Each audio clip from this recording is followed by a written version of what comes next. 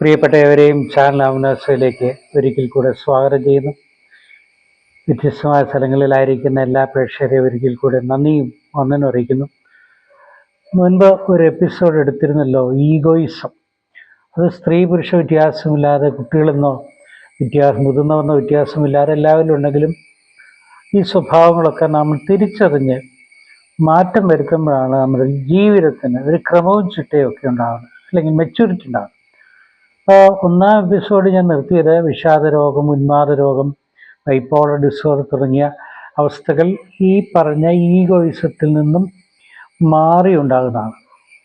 വിഷാദരോഗം പുരുഷന്മാരെക്കാൾ അധികം സ്ത്രീകളാണ് കാണപ്പെടുന്നതെന്നും ഞാൻ ഓർപ്പിച്ചു.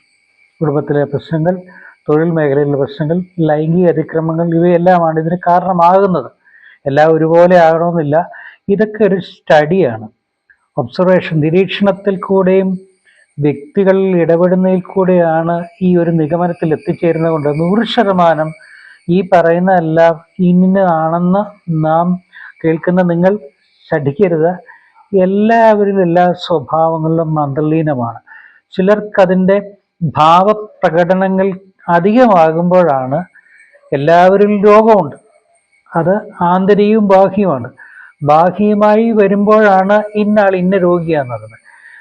അല്ല, ആന്തരികമായ രോഗത്തെ നമ്മൾ അറിയുന്നത് എക്സാമിനിൽ കൂടിയാണ്, ടെസ്റ്റിൽ കൂടെ, ബ്ലഡോ അല്ലെങ്കിൽ മറ്റു തരത്തിലുള്ള ടെസ്റ്റിൽ കൂടെയാണ് ഡോക്ടർ വിധി എഴുതുന്നത് താങ്കൾ ഇന്ന രോഗിയാണ് എന്ന് പറഞ്ഞാൽ നമ്മൾ കണ്ടപാട് കെട്ടപാടെ എല്ലാം ഇന്നതാണെന്ന് ഞാനും നിങ്ങളും ആരെയും കുറ്റപ്പെടുത്തരുതെന്ന് വ്യക്തിപരമായി ഓർപ്പിക്കുന്നു. ഇത് നിരീക്ഷണങ്ങളാണ്, പലതരത്തിലുള്ള ഒബ്സർവേഷനിൽ കൂടെ നമ്മൾ മനസ്സിലാക്കാനാണ്.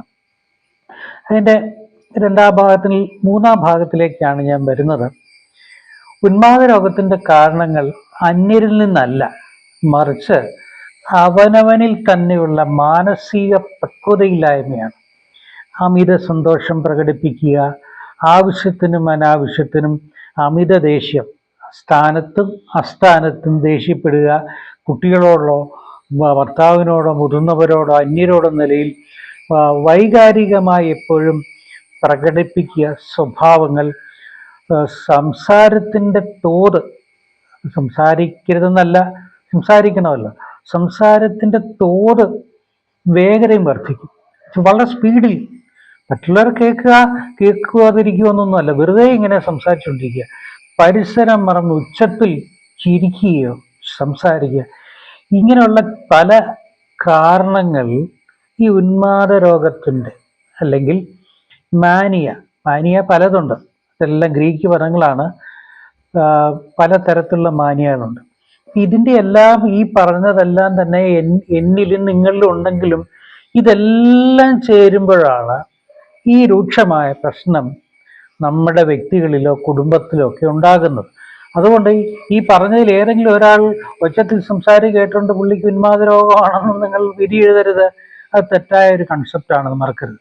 അപ്പോൾ തനിക്ക് അമിതമായ കഴിവുകളും മറ്റിതുമൊക്കെ, ദൈവിക അനുഗ്രഹങ്ങളൊക്കെ, ദൈവത്തിൽ നിന്നും സവിശേഷമായ അനുഗ്രഹം ഉണ്ടെന്നുള്ള മിഥ്യാബോധം, ഡെലൂഷൻ ഓഫ് ഗ്രാൻഡെ,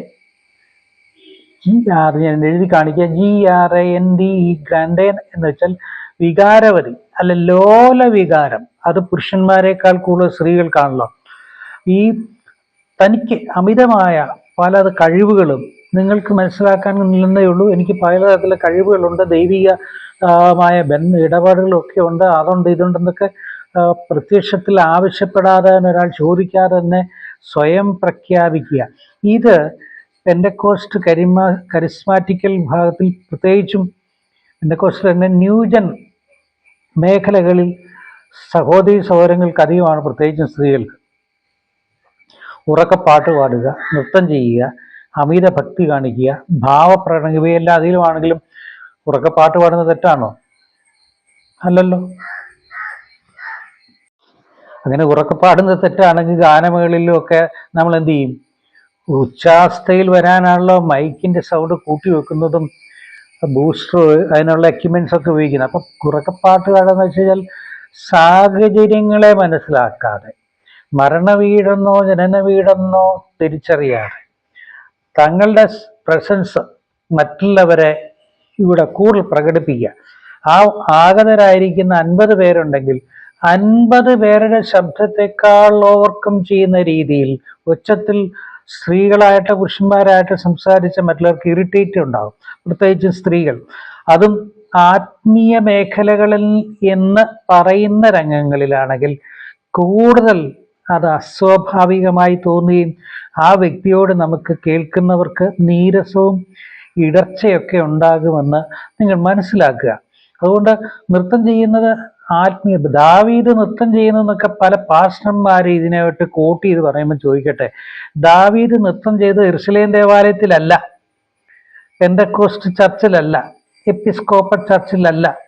യഹോവയുടെ പെട്ടകം മറ്റൊരിടത്ത് ഒബേനെദോമിന്റെ ഭവനത്തിൽ നിന്നും അത് കൊണ്ടുവരുമ്പോൾ വഴിയിൽ വെച്ചാണ് ദാവീദ് നൃത്തം ചെയ്തത്.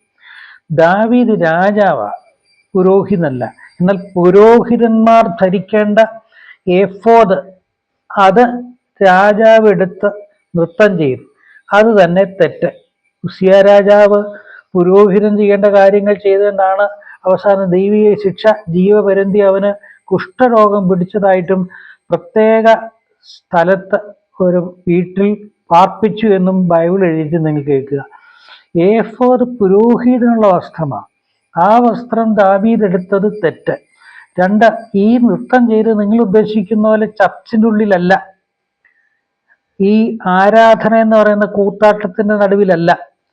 ദൈവിക ആരാധന അതതിൻ്റെ നിയമപ്രകാരം ശാന്തമായി ദൈവഭക്തിയോടെ ദൈവത്തെ ആരാധിക്കുക, പരപ്രേരണയില്ലാതെ ആരാധിക്കുക, കൈയടിക്കുക, അന്യഭാഷ പറ, ഇങ്ങനെ പറഞ്ഞിട്ടാണോ ആരാധിപ്പിക്കുന്നത്? അല്ല. എനിക്ക് ദൈവമായിട്ടുള്ള ആത്മബന്ധത്തിൽ കരഞ്ഞും എൻ്റെ ദുഃഖം പ്രകടിപ്പിക്കാം, അല്ലെങ്കിൽ സന്തോഷിക്കാം. ഇതൊക്കെയുണ്ട് ആരാധനയിൽ. എന്ന് ദാവീദ് നൃത്തം ചെയ്തതുപോലെ എന്നും പറഞ്ഞ് സ്ത്രീകളെയും കുട്ടികളെയും പുരുഷന്മാരെയൊക്കെ ചർച്ചിൽ എഴുന്നേൽപ്പിച്ച് എത്തിച്ച് കൂത്താട്ടം നടത്തുന്നത് ദൈവിക ആരാധനയല്ല.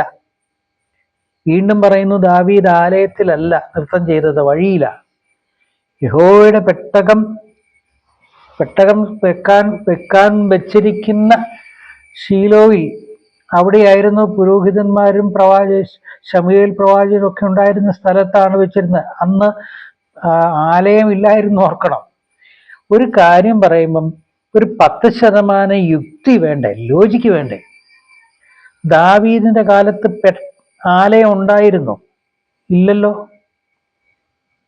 ഇല്ല. ദാവീദിന് ശേഷം മകനായ ശലോമോനാണ് ദേവാലയം പണിതത് 866 BC. ദാവീദിന്റെ കാലഘട്ടവും ശലോമോന്റെ സ്ഥാനാരോഹണം തമ്മിൽ 40 വർഷത്തെ വ്യത്യാസമുണ്ട്. 1-ാം രാജാവായ ശൗലും 2-ാം രാജാവായ ദാവീദും 3-ാം രാജാവായ ശലോമോനും തമ്മിൽ 40 വർഷത്തെ വ്യത്യാസമാണ്. അവർ 3 പേരുമാണ് സംയുക്ത രാജാക്കന്മാരായത്. അപ്പോൾ ശലോമോന്റെ കാലഘട്ടത്തിൽ അധികാരത്തിൽ വന്നതിന് ശേഷമാണ് യഹോവയുടെ ആദ്യത്തെ ആലയം, പ്രൗഢഗംഭീരമായ അതിസുന്ദരവും ശ്രേഷ്ഠമായ ദേവാലയം വന്നത്. അവിടെയല്ല, യഹോവയുടെ ആലയത്തിലല്ല ദാവീദ് നൃത്തം ചെയ്തത്. അത് മനസ്സിലാക്കാൻ അല്പം ചരിത്രബോധം നോക്ക്. കാലഘട്ടമൊക്കെ പുസ്തകങ്ങൾ എഴുതിയിട്ടുണ്ട്. അതുകൊണ്ട് നൃത്തം ചെയ്യുകയോ ചെയ്യാതിരിക്കുകയോ നിങ്ങളുടെ വ്യക്തിപരമായ കാര്യം. എല്ലാവരും നൃത്തം ചെയ്യേ എന്ന് പറഞ്ഞാൽ ഉടനെ നൃത്തം ചെയ്യുന്നെങ്കിൽ നിങ്ങൾ വെറും റിമോട്ട് പാവകളല്ലേ. നിങ്ങൾക്ക് കരയാനാണോ താല്പര്യം? കരഞ്ഞോ. നിങ്ങൾക്ക് കൈയടിക്കാനാണോ ആത്മബോധം വരുന്നത്? നിങ്ങൾ ചെയ്തു. അത് നിങ്ങളുടെ വ്യക്തിപരമായ സന്തോഷത്തിൻ്റെ പ്രകടനമാണ്. എന്നാൽ ഒരാൾ പരപ്രേരണയാൽ കൈയടിക്കുന്നതും പരപ്രേരണയാൽ ഉച്ചത്തിൽ നിലവിളിക്കുന്നതൊന്നും ആത്മീയ ആരാധനയല്ലെന്ന് താഴ്മയും വിനയത്തോടെ വീണ്ടും ആവർത്തിച്ച് പറയുക. അപ്പോൾ ഉറക്കെ പാട്ട് പാടുന്നത് തെറ്റല്ല, നൃത്തം ചെയ്യുന്നത് തെറ്റല്ല. പക്ഷെ ദൈവീക ആരാധനയുടെ ഇടയിൽ പാട്ടും കൂത്താട്ടവും ഒന്നും വേണ്ട. അതൊരു നല്ല പഴക്കമല്ല. ദേവാലയത്തിൽ എങ്ങനെയായിരിക്കണമെന്ന് പഴയ നിയമത്തിൽ എഴുതിയിട്ടുണ്ട്. പ്രാകാരത്തിൽ സ്ത്രീകളുടെ പ്രാകാരം വേറെ, ജെൻഡയിൽ കൂട്ട് ജാതികളുടെ പ്രാകാരം വേറെ, യഹൂദ പുരുഷന്മാരുടെ പ്രാകാരം വേറെ. അത് 12 വയസ്സ് തികഞ്ഞവർക്ക് ഇരിക്കേണ്ട പ്രാകാരമുണ്ട്, മുതിർന്ന പുരുഷന്മാരുടെ കൂട്ടത്തിലുണ്ട്. ഇതെല്ലാം വേർതിരിച്ച് അവിടെയൊക്കെ ചെയ്യേണ്ട നിയമങ്ങളും ചട്ടങ്ങളും ഒക്കെ ഉണ്ട്. ഇതൊക്കെ നാമും പാലിക്കാതെ ഇത് പുതിയ നിയമത്തിൽ നടത്തുന്ന കൂത്താട്ടങ്ങളൊന്നും ദൈവിക ആരാധനയായിട്ട് എങ്ങനെ പിടിക്കും? അപ്പോൾ അമിതമായ ഏത് ഭാവവും, അതായത് നിയന്ത്രണത്തിനല്ലാത്ത എൻ്റെ വികാരപ്രകടനങ്ങളെ, കോപമോ സങ്കടമോ ദുഃഖമോ ഏതുമാകട്ടെ, ഇതിനെ സ്വയം നിയന്ത്രിക്കാൻ കഴിയുന്നതാണ് പക്വത. സാഹചര്യങ്ങൾക്കനുസൃതമായി ജീവിക്കാൻ കഴിയുന്നതാണ് പക്വത, മെച്യൂരിറ്റി. ഇത് ഞാൻ നാളുകൾക്ക് മുമ്പ് ഒരു എപ്പിസോഡിൽ എടുത്തിട്ടുണ്ട്. അപ്പം പക്വതയില്ലാത്തൊരു വ്യക്തിയെ സമൂഹത്തിൽ, അവനവൻ്റെ വീട്ടിൽ സ്വാതന്ത്ര്യത്തോടെ നിങ്ങൾക്ക് എന്തും ചെയ്യാം, അത് നിങ്ങളുടെ വ്യക്തിപരമായ കാര്യം. സമൂഹ ജീവി എന്ന നിലയിൽ വ്യത്യസ്തമായ പ്രായത്തിലുള്ളവർ വ്യത്യസ്തമായ സ്ഥലങ്ങളിൽ നിന്നൊരു ചർച്ചിലേക്കോ മറ്റൊരു ഭാഗത്തിൽ വരുമ്പോൾ അത് നാം നിയന്ത്രിക്കണം. അതാണ് പക്വത.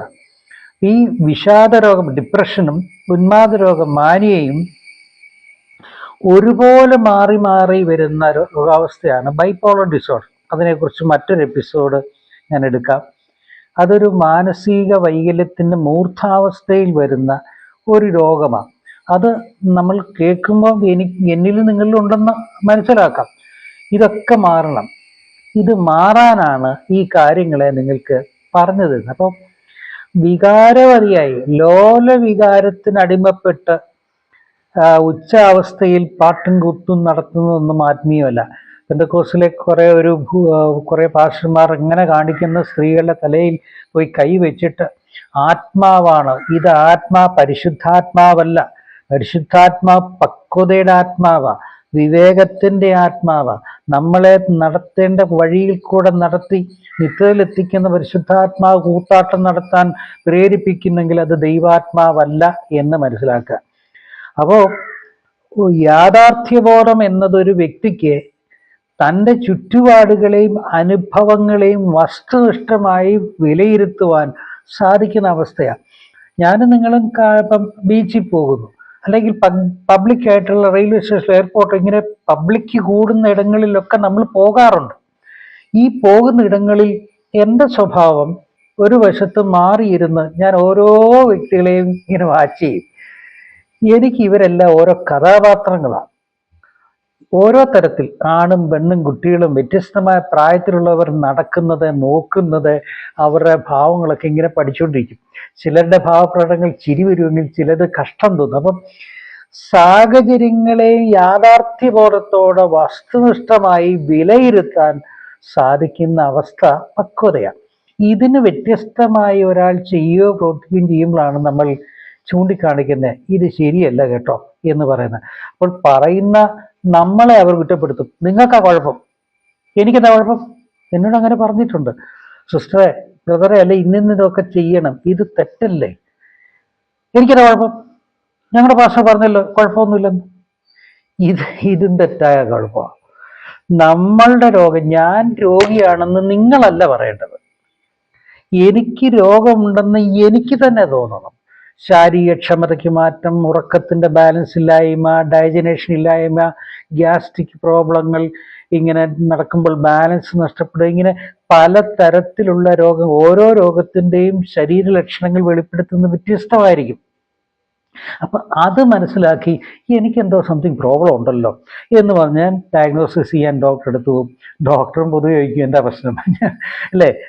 നമ്മളെല്ലാം പോകുമ്പോൾ ഡോക്ടർ ചോദിക്കും എന്താ പ്രശ്നം. ഞാൻ പറഞ്ഞു സാറേ, എനിക്ക് എന്താ പ്രശ്നം എന്നറിയാത്തതുകൊണ്ടാണ് ഇങ്ങോട്ട് വന്നത്. അതൊക്കെ ശരിയാണ്, പക്ഷേ നിങ്ങൾക്ക് ബോഡി പെയിൻ ആണോ, ഹെഡേക്ക് ആണോ, സ്റ്റൊമക്ക് പെയിൻ ആണോ, എന്തൊക്കെയാണ് നിങ്ങളുടെ ഫീലിംഗ് എന്ന് എന്നോട് പറഞ്ഞെങ്കിൽ മാത്രമേ എനിക്ക് നിങ്ങളുടെ രോഗാവസ്ഥ, ഇതിന് ശേഷം ബ്ലഡും ഒക്കെ പരിശോധിച്ച് BP ഒക്കെ നോക്കി മറ്റു തരത്തിലുള്ളതൊക്കെ നോക്കിയിട്ടാണ് അവർ ഡയഗ്നോസിസ് എന്നാണ് പറയുന്നത്, പരിശോധന. അത് കഴിയുമ്പോഴാണ് നമ്മൾ രോഗിയാണോ അല്ലയോ എന്ന്. ചിലപ്പോൾ നമ്മുടെ ശാരീരിക പ്രശ്നങ്ങളൊന്നും, അത് രോഗമൊന്നുമില്ല, ജസ്റ്റ് ഒന്ന് റിലാക്സ് ചെയ്യുക, നന്നായിട്ട് ഉറങ്ങുകയോ ഫ്രഷ് ആകുകയൊക്കെ ചെയ്യുമ്പോഴൊക്കെ ആയിക്കോളും കേട്ടോ, യാത്രയുടെ ഒക്കെ ക്ഷീണമാണെന്നൊക്കെ പറയും, അല്ലെങ്കിൽ കൂടുതൽ ദൂരം ഡ്രൈവ് ചെയ്യുമ്പോഴൊക്കെ ഉണ്ടാകും. അപ്പം എല്ലാം രോഗങ്ങളല്ല, രോഗമാണെന്ന് നിങ്ങളല്ല പറയേണ്ടത്. എനിക്ക് എന്നെ തന്നെ, എൻ്റെ ശരീരത്തിൻ്റെ മാറ്റങ്ങളെ കണ്ടിട്ടാണ് ഞാൻ രോഗിയാകുന്നതെന്ന് പറയുന്നത്. അപ്പം തനിക്കുണ്ടാകുന്ന ഇന്ദ്രിയ അനുഭവങ്ങളും സെൻസ് തൻ്റെ മനസ്സിലുണ്ടാകുന്ന ചിന്തകളും വികാരങ്ങളും ഓർമ്മകളും എല്ലാം കൂടിച്ചേർന്നുണ്ടാകുന്നതാണ് യാഥാർത്ഥ്യബോധം. എല്ലാം കൂടുന്നതാണ് കേട്ടോ. ചിന്തകൾ, വികാരങ്ങൾ, ഓർമ്മകളും അവസ്ഥകളും എല്ലാം കൂടിച്ചേരുന്ന ഒന്നാണ് ഈ യാഥാർത്ഥ്യബോധം. ഈ യാഥാർത്ഥ്യബോധം എല്ലാവരും എല്ലായ്പ്പോഴും വസ്തുനിഷ്ഠമായിരിക്കണമെന്നുമില്ല. സ്ഥിരമായി ജോലി സ്ഥലത്ത്, അതായത് എറണാകുളത്തുള്ളവർ ട്രിവാൻഡ്രത്തുള്ളവർ എറണാകുളത്തേക്കും ഡെയിലി ദീർഘയാത്ര ചെയ്യുന്നവർ, പ്രത്യേകിച്ച് വേണാട് എക്സ്പ്രസ്സിൽ കാണാവുന്നതല്ലേ, ഒരു ഏർലി മോർണിംഗിൽ എഴുന്നേറ്റ് ഭക്ഷണം കഴിച്ച് ഉച്ചക്കത്തെ ഫുഡും ഒക്കെ ഉണ്ടാക്കി റെഡിയാക്കി ദീർഘയാത്രകൾ ചെയ്യുമ്പോൾ അതിൻ്റെ ഒരു ലാസ്നെസ്സും ഒക്കെ അവർക്കുണ്ടാകും. അപ്പോൾ യാത്രയൊന്നും ചെയ്യാതെ എല്ലാ ദിവസവും രാവും പകലും വീട്ടിൽ മാത്രം വിശ്രമിക്കുന്നവർ അനേകരുണ്ട്. ഒരു തൊഴിൽ ചെയ്യാത്തവരുണ്ട്, ശരീരം അനങ്ങാത്തവരുണ്ട്. അവരുടെ ചിന്തകളും തൊഴിൽ ചെയ്യുന്നവരും രാവും പകലും ബുദ്ധിമുട്ടി നൈറ്റ് ഡ്യൂട്ടി ചെയ്യുന്നവരും ഡേ ഡ്യൂട്ടി ചെയ്യുന്നവരും നല്ല വെയിലത്തൊക്കെ പണിയെടുക്കുന്നവരില്ലേ, ഗൾഫിലും നാട്ടിലുമൊക്കെ ഈ ബിൽഡിങ്ങിൻ്റെ കോൺട്രാക്ട് മേഖലയിലൊക്കെ പണിയെടുക്കുന്നവരൊക്കെ സുഖമല്ല അവരുടെ ജീവിതം, വെയിലും മഴയെ കൊണ്ട് കഷ്ടപ്പെടുന്ന. അവരിലുണ്ടാകുന്ന യാഥാർത്ഥ്യബോധവും വെറുതെ മടിയന്മാരായി ഇരിക്കുന്നവരെ യാഥാർത്ഥ്യബോധവും ഒരുപോലെ ആകണമെന്നില്ല. ഒരു ഉദാഹരണം, ഒരു മാജിക് ഷോ കാണുന്ന ഒരു വ്യക്തിക്ക് ഉണ്ടാകുന്ന യാഥാർത്ഥ്യബോധം താൽക്കാലികമായിരിക്കും. നമ്മൾ ആ മാജിക് കാണുമ്പോൾ അന്തം വിട്ട് അത്ഭുതപ്പെട്ടു, ഇതെന്തൊരു സംഗതിയാണ് എന്തെന്ന്. അത് നമ്മൾ നിമിഷ നേരം കൊണ്ട് നമ്മുടെ കാഴ്ചയിലും നമ്മുടെ മെമ്മറിയിലേക്ക് കൊണ്ടുവരുന്ന ഒരു മാസ്മരികമായ അവസ്ഥ. അതൊരു നിശ്ചിത സമയം കഴിയുമ്പോൾ മറന്നുപോകും. മറക്കെന്ന് വെച്ചാൽ ഓർക്കാം, ഇന്നത്തെ ഷോയിൽ മാജിക് ഷോയിൽ ഞാൻ കണ്ടു, എന്തൊരു അത്ഭുതം, ഇത് സത്യമാണോ വിധിയാണോ. പക്ഷെ കുറെ കഴിയുമ്പോൾ അത് യാഥാർത്ഥ്യമില്ലെന്ന് മനസ്സിലാകും. എന്നാൽ യാഥാർത്ഥ്യബോധം സ്ഥിരമായി ഒരു വ്യക്തിയിൽ നിന്നും ഇല്ലാതാകുന്നതാണ് സൈക്കോസിസം എന്ന മാനസിക രോഗം. മനസ്സിലായോ? ഇപ്പൊ സൈക്കോളജിയിൽ പലതരത്തിലുള്ള മാനിയകളെക്കാളും ഡിസീസിനെ കുറിച്ചും പറയുമ്പോൾ എല്ലാം ഒരേ കാറ്റഗറി നിങ്ങൾ കൊണ്ടുവരരുത്. ഇതെല്ലാവരിലും ഓരോ വിധത്തിലുണ്ട്. സിഗ്മണ്ട് ഫ്രോയിഡിന്റെ ഭാഷയിൽ പറഞ്ഞാൽ മനുഷ്യനിൽ ഭൂരിപക്ഷം പേർക്കും ഒരു തരത്തിൽ ഭ്രാന്തുണ്ടെന്ന് അദ്ദേഹം പറഞ്ഞു. ശരിയാണ് ഒരു വിധത്തിൽ പറഞ്ഞാൽ. നമ്മളിൽ എല്ലാവരിലും തന്നെ ഒരു ഞാനും നിങ്ങളൊക്കെ കേരളം പ്രാന്താലയമെന്ന് വിവേകാനന്ദൻ പറഞ്ഞിട്ടുണ്ടെങ്കിൽ ഇപ്പോഴത്തെ വർത്തമാനകാലത്തെ ചെയ്ത് നോക്കുകയാണെങ്കിൽ നോർത്ത് ഇന്ത്യയിൽ എല്ലാം പ്രാന്താലയമാണ്. സംഗിണികളെല്ലാം ചേർന്ന് മണ്ടത്തരവും അന്ധവിശ്വാസം കൊണ്ട് എല്ലാവരും വേണം. അപ്പോൾ ഫ്രോയിഡ് പറഞ്ഞത് സൈക്കോളജിക്കലി ഞാനും നിങ്ങളെല്ലാം അല്പമായ പ്രാന്തുണ്ട്. ഈ പ്രാന്ത് കൂടുമ്പോഴാണ് മാനസിക രോഗിയായി ചികിത്സിക്കുകയോ ഒക്കെ ചെയ്യുന്നത്. അപ്പം ഈ സൈക്കോസിസത്തിന് 3 കാരണം: 1 മിഥ്യാബോധം, ഡിലൂഷൻസ്; 2 മതിഭ്രമങ്ങൾ, ഹലൂസിനേഷൻ; 3 ഉൾക്കാഴ്ചയില്ലായ്മ, ലേക്ക് ഓഫ് ഇൻസൈറ്റ്നെസ്; 4 സ്ഥിരതയില്ലാത്ത ചിന്തകളും പ്രവൃത്തികളും, ഡിസോർഡർ തോട്ട്സ് ആൻഡ് ബിഹേവിയർ. രാവിലെ ഒന്ന് പറയും, 1 മണിക്കൂർ കഴിയുമ്പോൾ മറ്റൊന്ന് പറയും, ഉച്ചയ്ക്ക് വേറൊന്ന് പറയും. ഇങ്ങനെ സ്ഥിരതയില്ലാത്ത സ്വഭാവമല്ല ചിന്തകൾ. തെറ്റായ ഓന്തിൻ്റെ നിറം മാറുന്നത് പോലെ ചിന്തകളും വാക്കുകളും പ്രവൃത്തികളും മാറുന്ന ഒരു മനുഷ്യനെ എങ്ങനെ വിശ്വസിക്കാൻ കൊള്ളും? അത് ഭാര്യയായാലും ഭർത്താവാണ്, എങ്ങനെ വിശ്വസിക്കാൻ കൊള്ളും? പ്രത്യേകിച്ചും സ്ത്രീകളെ നിങ്ങൾ ഓർക്കണം, സാഹചര്യങ്ങളും യാഥാർത്ഥ്യബോധങ്ങളും തിരിച്ചറിയാതെ രാവിലെ കേട്ടത് പാടാതിന് മറുപടി കൊടുത്തു. ഉച്ചയ്ക്ക് ചോദിക്കും, നീ രാവിലെ ഇതല്ലേ പറഞ്ഞു? ഞാൻ അങ്ങനെ പറഞ്ഞായിരുന്നു. ഞാൻ ഓർക്കുന്നില്ല കേട്ടോ. ഇതാ പറഞ്ഞ മാനസിക രോഗമാണെന്ന്. നമ്മൾക്ക് യാഥാർത്ഥ്യബോധം നഷ്ടപ്പെട്ടു പോയി. സ്ഥലകാലബോധമില്ലായ്മ, തെറ്റായ വിശ്വാസങ്ങൾ, അത് മതത്തിൻ്റെ ആയാലും രാഷ്ട്രീയമായാലും ശരി, വളരെ ശക്തമായി വ്യക്തികളിൽ സ്ഥിരമായി നിൽക്കുകയോ യുക്തിരഹിതമായി കേൾക്കുന്ന എല്ലാത്തിനും പ്രതികരിക്കുകയോ ചെയ്യുന്നത് തെറ്റാണെന്ന് ഓർപ്പിക്കട്ടെ. ഞാനൊരു മതവിശ്വാസി അല്ല എന്ന് ഓരോ എപ്പിസോഡിലും പറയാൻ കാരണം, മതം ഒരു ഇല്യൂഷൻസാണ്. മതിഭ്രമം സൃഷ്ടിക്കുന്നതാണ് മതങ്ങൾ. മതങ്ങളും വിശ്വാസവും മാറിയിട്ട് നിങ്ങൾ യഥാർത്ഥ ദൈവത്തെ വിശ്വസിക്കുക. നേരെ തിരിച്ച് നിരീശ്വരവാദവും ശരിയല്ല. നിങ്ങൾ വിശ്വസിക്കുകയോ വിശ്വസിക്കാതിരിക്കുക നിങ്ങളെ ഇഷ്ടമെങ്കിലും മതവിശ്വാസത്തിൽ നിന്ന് മാറി നിങ്ങൾ മാറുന്നെങ്കിൽ ഒരു പരിധി വരെ ഈ മിഥ്യാബോധവും ഒക്കെ മാറാൻ കഴിയുമെന്ന് ഞാൻ ഓർപ്പിക്കട്ടെ. അപ്പോൾ നാം ശ്രദ്ധിക്കേണ്ട കാര്യങ്ങൾ, നമ്മളിൽ പലതരത്തിലുള്ള പ്രശ്നങ്ങളുണ്ട്. അപ്പോൾ യാഥാർത്ഥ്യബോധമില്ല വരുന്നതാണ് മിഥ്യാബോധം. മിഥ്യ എന്ന പദത്തിൽ തന്നെ യുക്തി രഹിതമായത്, യാഥാർത്ഥ്യമല്ലാത്തത്, സമൂഹത്തിൽ പൊതുവെ അംഗീകാരം നേടിയ തെറ്റായ വിശ്വാസങ്ങൾ. ഉദാഹരണം, പലതരത്തിലുള്ള കൈവശമൊക്കെ, അതില്ലെന്നല്ല, എല്ലാ മതത്തിലും, ക്രിസ്തീയ മതത്തിലും ഹൈന്ദവരിലൊക്കെ ഈ പറഞ്ഞ കൈവശവും മന്ത്രവും ഒക്കെ എല്ലാം ചെയ്യുന്നുണ്ട്. അതിന് പണം വാങ്ങി ലക്ഷങ്ങൾ വാങ്ങി ചെയ്യുന്നുണ്ട്. മംഗലാപുരമാണ് ഇതിൻ്റെയൊക്കെ സ്ഥിരാകേന്ദ്രം. 50 രൂപ മുതൽ 1,00,000 രൂപ വരെയുള്ള തകിടുകൾ മേടിക്കാൻ കിട്ടും. അതിൻ്റെ അകത്ത് സംസ്കൃതത്തിൽ ഹൈന്ദവരെ കൊണ്ടുപോയാൽ സംസ്കൃതത്തിലും, മുസ്ലിം എടുത്തു പോയാൽ അറബിയിലും മന്ത്രം എഴുതി അരയിലോ കൈത്തണ്ടയിലോ അവിടെ ഇവിടെയൊക്കെ രഹസ്യമായി കെട്ടി ഒക്കെ മന്ത്രം ചെയ്യുന്നവർ. കർണാടകയിലുള്ള റിമോട്ട് ഏരിയയിൽ ജനിക്കുന്ന ആൺകുട്ടികളിലെ, പെൺകുട്ടികളുണ്ടെന്ന് അറിയില്ലല്ലോ, ആൺകുട്ടികളുടെ ഈ ഭാഗത്ത് ഈ പറഞ്ഞ പോലെ തകിട് എഴുതിയത് തൊലിക്കകത്ത് വെച്ചിട്ടുണ്ട്. ശ്രദ്ധിക്കണമേ, നമ്മളൊക്കെ ഇതൊരു മനുഷ്യരാണ്. മനുഷ്യ ശരീരത്തിൽ ചേർക്കാൻ പറ്റാത്ത പല കാര്യങ്ങൾ ഉണ്ട്. ഇതൊക്കെ അന്ധവിശ്വാസത്തിൻ്റെ കാരണം. ഇത് മതത്തിൽ അടിസ്ഥാനമായിട്ടാണ്.